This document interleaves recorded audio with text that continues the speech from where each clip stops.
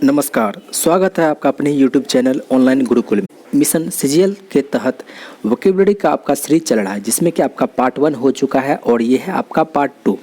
इस वीडियो में एक बात है कि रिपीटेड वोकैब ही आपको करवाए जाते हैं और भूलने का झंझट ही खत्म। मतलब कि इस वीडियो के अंत तक आपको टोटल वर्ड्स याद हो जाएंगे। जैसा कि आप देख सकते हैं ये सभी वर्ड्स हैं और मैंने इसका पीडीएफ बना करके नहीं लाया हूँ, बस मैं ऐसा ही लिख करके लाया हूँ। लेकिन ये सभी वर्ड काफ़ी ज़्यादा इंपॉर्टेंट है और ये वर्ड आता है होमोनिम और पैरोनिम्स में, जिसमें कि आपका सुनने में वर्ड सेम ही लगता है लेकिन दोनों का यूज, दोनों का मीनिंग अलग अलग होता है। जैसे आपके सामने दो वर्ड है, एक है अल्टर और ये फिर अल्टर।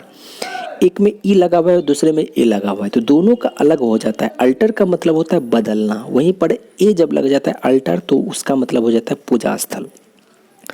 देखिए, जैसे कि मान लीजिए किसी का जो है कोई इतना ज़िद्दी आदमी है कि उसके व्यूज को, उसके विचार को आप अल्टर नहीं कर सकते, बदल नहीं सकते। वहीं पर अगर अल्टर की बात करती है पूजा स्थल कि आप मंदिर गए विजिट करने के लिए और आपने वहाँ देखा किसी आदमी को नील करते हुए यानी घुटना करते हुए, कहाँ तो अल्टर में यानी कि पूजा स्थल में। तो ये दो वर्ड्स हो गए।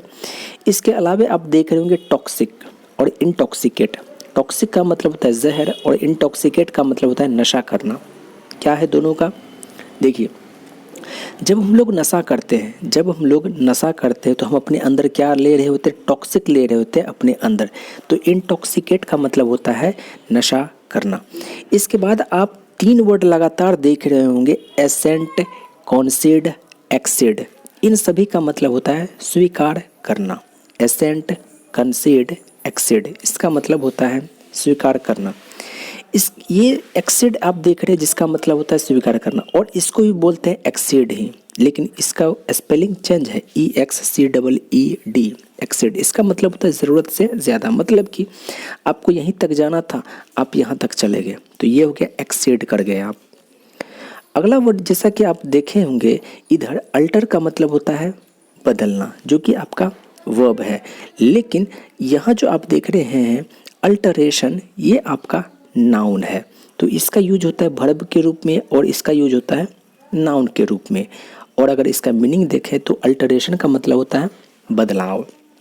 वहीं पर अल्टरकेशन, इसमें सिर्फ सी लग गया तो इसका मतलब हो गया हुज्जत। मुंह से जो हुज्जत करते हैं, मान लीजिए दो सीता और गीता है, दोनों के बीच में अल्टरकेशन हो गया, मतलब कि हुज्जत हो गया। मतलब वर्डी क्वेरल, ये नहीं कि हाथापाई उठम बजरी हो गया, नहीं, ये वर्डी क्वेरल मतलब कि मुंह से झगड़ा हो गया। अल्टरेशन मतलब बदलाव हो गया, जैसे कि कोई प्रोग्राम होना था, उसके टाइमिंग में, उसके डेट में कोई अल्टरेशन नहीं आया, मतलब कोई बदलाव नहीं आया। इसके बाद एक वर्ड देख रहे होंगे अफेक्ट और इफेक्ट। ये खूब आपके एग्जाम में पूछा जाता है। देखिए, इसको याद करने का तरीका समझ लिए, ट्रिक। जब हम लोग अफेक्ट बोलते हैं तो ए बोलते हैं, इसी को उलट दीजिए, क्या ये भी बन रहा है? अगर ए से अगर आपका भी बन रहा है तो मतलब ए हो गया भी, यानी कि भर्ब। ए से शुरू हो तो वो भर्ब होता है, और बाद बाकी दूसरा जो है इफेक्ट, ये आपका नाउन के रूप में यूज होता है। इसके बाद अगर हम बात करें अपोजिट और अपोजिट, दोनों को आप कह सकते हैं कि ये दोनों एक दूसरे का एंटोनिम्स है। अपोजिट का तो मतलब जानते ही हैं, विपरीत। जैसे आपका स्वभाव अपने दोस्तों के अपोजिट है, और वहीं कहें कि आपका जो स्वभाव है अपने दोस्तों के अपोजिट है, मतलब उचित है, सुटेबल है। तो इस दोनों को आप एक दूसरे के एंटोनिम के तहत देख सकते हैं। अगला वर्ड है एल। एल का मतलब होता है बीमार होना। ALE, इसका मतलब होता है शराब। AIL का मतलब हो गया बीमार होना, और ALE का मतलब हो गया शराब। जैसे कि कोई आदमी है, वो उसको डॉक्टर के सलाह के विरुद्ध वो जो है एल हाउस जाता है, मतलब कि शराब घर जाता है। वहीं पर एल जो होता है वो भड़ब होता है। जैसे कि मोहन नाम का कोई लड़का है जो कि डे बाय डे जो है ना कमज़ोर होता जा रहा है, पता नहीं कि उसे कौन सा बीमारी है। व्हाट एल्स हिम, तो यहाँ एल जो है ना भर्ब है, लेकिन एलिमेंट जो है ना ये आपका नाउन हो जाता है। एल जो है आपका भर्ब है और एलिमेंट जो है वो आपका नाउन है, जिसका मतलब होता है बीमार, रोग। अगला वर्ड आप देख रहे होंगे एडमिशन। एडमिशन मतलब समझते होंगे टू गेट एडमिटेड, या फिर कोई स्कूल में या फिर किसी हॉस्पिटल में। तो वो हो गया एडमिशन। ये अगला वर्ड है एडमिटेंस। एडमिटेंस का मतलब होता है प्रवेश, जैसे कि नो एडमिटेंस विदाउट परमिशन। तो एडमिटेंस का मतलब हो गया प्रवेश और एडमिशन का मतलब हो गया कि वहाँ एडमिट होना। अगला वर्ड है अल्टरनेट, अल्टरनेटिव। ये दोनों खूब सुनते होंगे लेकिन दोनों का यूज अलग अलग है। अल्टरनेट का मतलब होता है बाय टर्न, मतलब कि बारी बारी से, जैसे कि कोई कहता है कि मैथमेटिक्स और इंग्लिश, मान लीजिए कोई टीचर है जो कि मैथमेटिक्स इंग्लिश पढ़ाते हैं और वो कहते हैं कि एक एक दिन छोड़ करके एक दिन मंडे, एक दिन मैथ होगा, दूसरे दिन इंग्लिश होगा।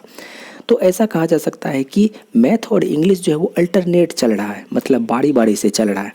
लेकिन दूसरा वर्ड है अल्टरनेटिव। अल्टरनेटिव का मतलब क्या होता है कि मान लीजिए आप किसी से एक मोबाइल नंबर मांगे, वो अपना नंबर दे दिया, लेकिन आपको वो आदमी बहुत ज़्यादा ज़रूरी है, कहता है कि ठीक है हम इस नंबर पे लगाएंगे, लेकिन ये नंबर कहीं ऑफ बताया तो हम क्या करेंगे? तो आप कहते हैं कि अल्टरनेटिव कोई दूसरा नंबर है, यानी कि अल्टरनेटिव का मतलब हो गया कोई दूसरा, मतलब कि विकल्प में कोई और है क्या, अल्टरनेटिव। तो इस दोनों का मतलब समझ गए होंगे। अब इसके बाद ही बहुत ही बढ़िया वर्ड है एल्यूजन।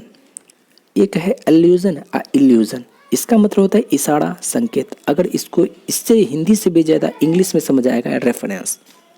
जैसे आप कोई भी चीज़ समझाने के लिए, कोई छोटा सा बच्चा है, आप उसको कोई चीज़ समझाने के लिए रेफरेंस लेकर के समझाते हैं, मतलब वहाँ एल्यूजन का आपने सहारा लिया।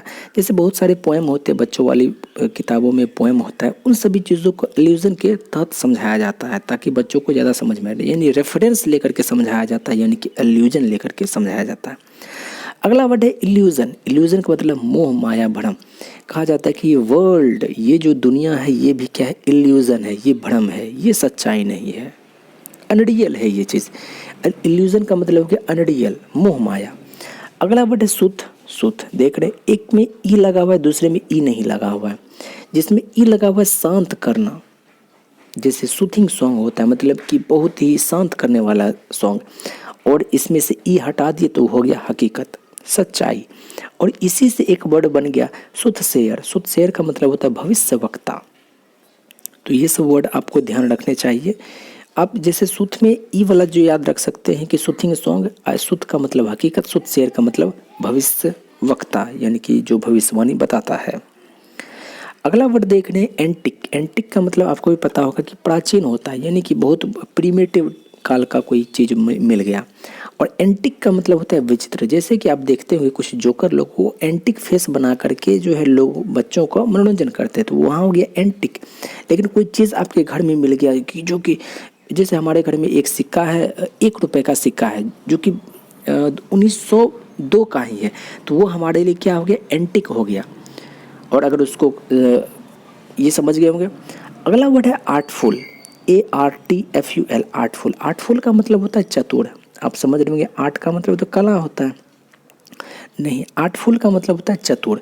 वहीं आर्टिस्टिक का मतलब होता है पर्टेनिंग टू आर्ट, मतलब आर्ट से संबंधित है। जैसे कि उसको जो है उसका जो आर्टिस्टिक बिहेवियर है, आर्टिस्टिक टेम्परामेंट है, उसको लोग बहुत पसंद करते हैं, तो वह आर्टिस्टिक हो गया। लेकिन आर्टफुल का मतलब हो गया चतुर।